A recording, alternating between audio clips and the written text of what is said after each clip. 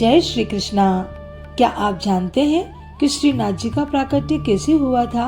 कहा जाता है कि भगवान ने स्वयं एक संत भक्त को सपने में दर्शन देकर बताया कि वे जमीन के अंदर विराजमान है और उन्हें बाहर निकालकर पूजा की जाए। तो आइए जानते हैं श्रीनाथ जी के इस अद्भुत प्राकट्य की पूरी कथा। श्री माधवेंद्र पुरी जी भारत के एक प्रसिद्ध संत हुए हैं। वे संवत 1525-26 में तीर्थ यात्रा करते हुए मथुरा पहुँचे। एक दिन वे गोवर्धन की परिक्रमा के बाद में गोविंद कुंड में स्नान कर एक वृक्ष के नीचे विश्राम कर रहे थे। संध्या हो गई थी। इस बीच एक बर्तन में दूध लेकर 10-12 साल का एक सांवला सलोना लड़का आया और बोला कि आज आपने कुछ नहीं खाया है, यह दूध पी लीजिए। पुरी जी ने आश्चर्य से कहा कि तुम्हें कैसे पता कि मैंने कुछ नहीं खाया?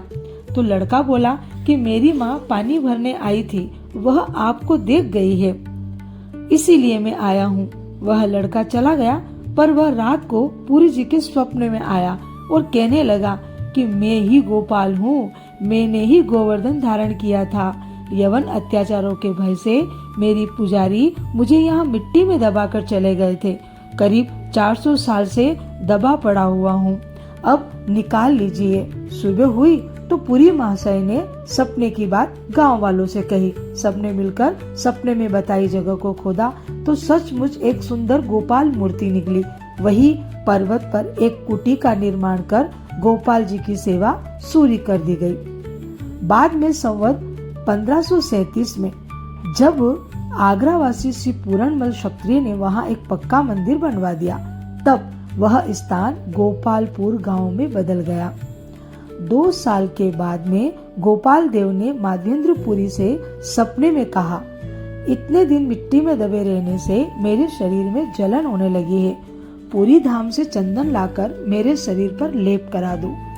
माधवेंद्र अपने शिष्यों पर सेवा भाव छोड़कर पुरी चल पड़े। रास्ते में एक दिन रेमुना के प्रसिद्ध गोपीनाथ मंदिर में आ पहुँचे। उन्होंने सुन रखा था कि गोपीनाथ को रोज खीर का भोग लगाया जाता है। उनके मन में भी आया कि थोड़ी सी खीर खाने को मिल जाए तो लौटकर वैसी ही खीर मैं अपने गोपाल जी को भी भोग लगाया करूंगा। पर संकोचवश उन्होंने न तो खीर मांगी और न किसी ने उन्हें दी। अंत में भक्त वत्सल गोपीनाथ को ही व्यवस्था करनी पड़ी। उन्होंने एक सकोरा खीर चुराकर अपने सिंहासन के नीचे रख ली। रात को जब माधवेंद्र सो गए तब गोपीनाथ ने सपने में पुजारी से कहा, मेरा एक भक्त माधवेंद्र बाहर सो रहा है, उसके लिए मैंने एक सकोरा खीर सिंहासन के नीचे छिपा रखा है, तो वही खीर उसे दे दो। पुजारी हड़बड़ाकर उठा और उसी समय स्नान कर मंदिर खोला। देखा कि खीर का एक सकोरा सचमुच सिंहासन के नीचे रखा हुआ है। पुजारी माधवेंद्र का नाम लेकर पुकारने लगा। माधवेंद्र की नींद टूटी। पुजारी ने सारी बात बताकर खीर पात्र उन्हें दे दिया। सुनकर माधवेंद्र पुरी की आंखों से आंसू बरसने लगे। गोपीनाथ आज भी खीर चोरा नाम से प्रसिद्ध है। माधवेंद्र ने खीर तो खाई ही, मिट्टी के उस पात्र को भी चूर्ण बनाकर एक वस्त्र में बांध दिया। माधवेंद्र जी की ख्याति पूरी धाम तक पहुंच चुकी थी, अतः उन्हें चंदन संग्रह करने में कोई कठिनाई नहीं हुई। इस काम में राज कर्मचारियों ने भी सहायता की। 1 मन चंदन और 20 तोला कपूर संग्रह कर माधवेंद्र वापस लौटने लगे। रेमुना पहुंचकर गोपीनाथ के पुनः दर्शन किए।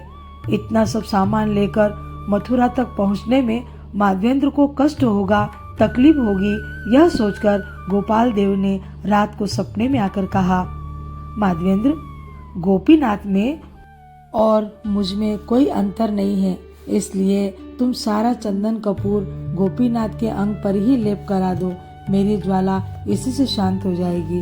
तब माधवेंद्र जी ने बड़ी श्रद्धा के साथ गोपीनाथ जी को ही सारा चंदन कपूर का लेप करा दिया और फिर गोवर्धन लौटकर गोपाल जी की पूजा अर्चना करने लगे।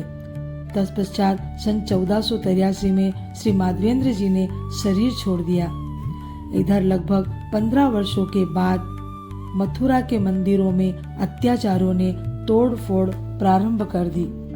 तभी मथुरा में प्रसिद्ध संत दार्शनिक वल्लभाचार्य तीर्थ पहुँचे तो देखा कि सारे मंदिर नष्ट भ्रष्ट हो चुके हैं। अत्याचारी ब्रजवासियों को यमुना में स्नान तक नहीं करने देते थे। श्री वल्लभ ने अपने शिष्यों सहित विश्राम घाट पर हठात स्नान किया। उन्हें देखकर सारा नगर उमड़ पड़ा। अपार भीड़ को देखकर प्रहरी और काजी चुपचाप खिसक गए। अत्याचारियों ने गोपाल मंदिर भी तोड़ फोड़ दिया था।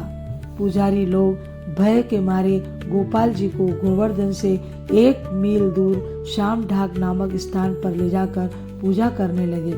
संवत 1576 में जब वह मंदिर ठीक हुआ तब गोपाल जी को पुनः उसी में प्रतिष्ठित किया गया। श्री वल्लभाचार्य के बाद गोपाल मूर्ति की सेवा का भार उनके कनिष्ठ पुत्र श्री विठलनाथ और पौत्र श्री गिरधर गोस्वामी के हाथ में आया। इस बीच ठाकुर जी का नाम भी गोपाल से गोवर्धन पड़ गया था। संवत 1725 में व्रज के मंदिरों पर फिर से अत्याचार शुरू हुए तो वल्लभाचार्य के वंश के गोस्वामी लोग गोवर्धन नाथ को गुप्त रूप से उदयपुर राजधानी के बीच सिहार नामक स्थान पर ले गए। वहां उदयपुर के राणा ने मंदिर बनवा दिया। राजस्थान का प्रसिद्ध नाथद्वारा शहर उसी स्थान का आधुनिक विकसित रूप है और नाथद्वारा मंदिर के श्री नाथ जी माधवेंद्रपुरी के वही गोपाल देव हैं। श्री नाथ जी की यह कथा हमें सिखाती है कि भगवान अपने सच्चे भक्तों को कभी निराश नहीं करते।